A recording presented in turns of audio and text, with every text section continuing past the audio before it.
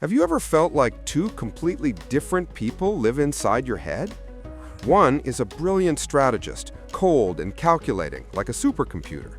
He sees the world as a giant chessboard where every move is calculated 10 steps ahead. For him, emotions are just an annoying error in his flawless calculations.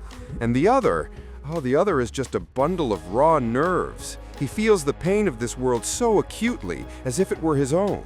He loves, suffers, and empathizes with such incredible force that it's almost physically painful. What if this eternal battle in your head isn't just mood swings or a bad temper? What if it's your unique superpower and at the same time, your most terrible curse? Let's press rewind and go back to childhood. Remember how we were all taught to be strong? Boys don't cry, they told you. Girls should be modest and reserved, they instilled in others. We were, in fact, trained to suppress our true feelings and rely on cold logic for everything.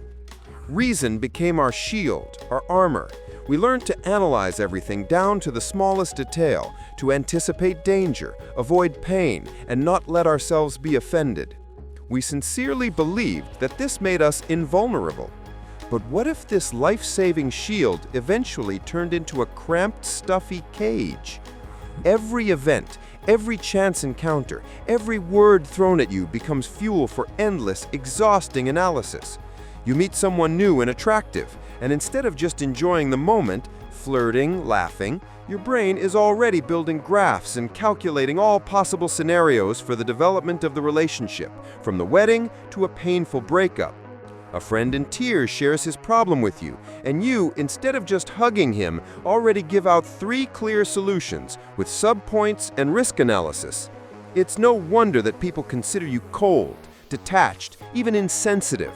But you're just trying to protect yourself in your own way.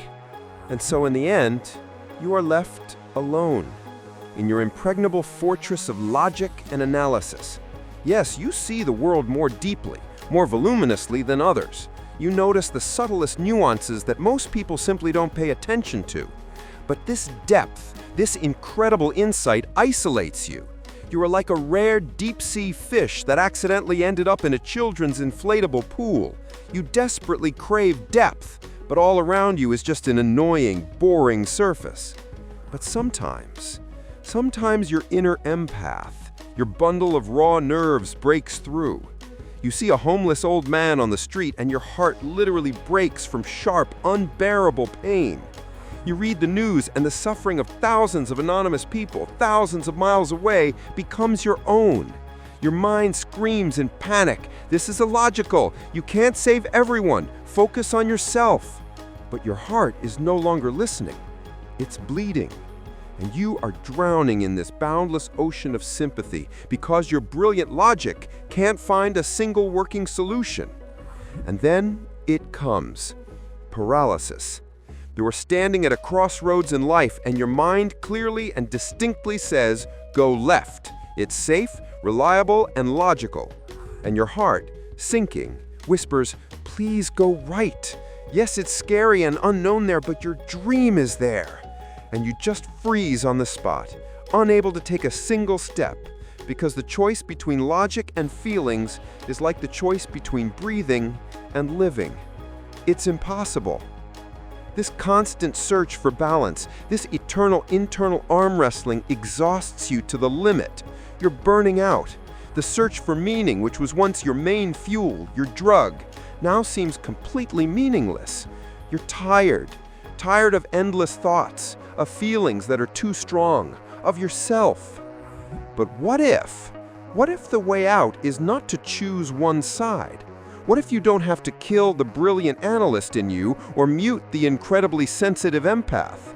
What if, on the contrary, you need to accept this internal paradox, this conflict, as the very essence of yourself? And in this acceptance lies the solution. What if your inner battle is not a weakness, but the source of your unique, incredible strength? Your analytic mind can become a navigator for your empathetic heart, helping to direct sympathy in a constructive way. And your huge, compassionate heart can make your cold analysis more humane, warm, and wise. You are not broken. You are incredibly complex. And in this complexity, in this eternal contradiction, is your true genius hidden.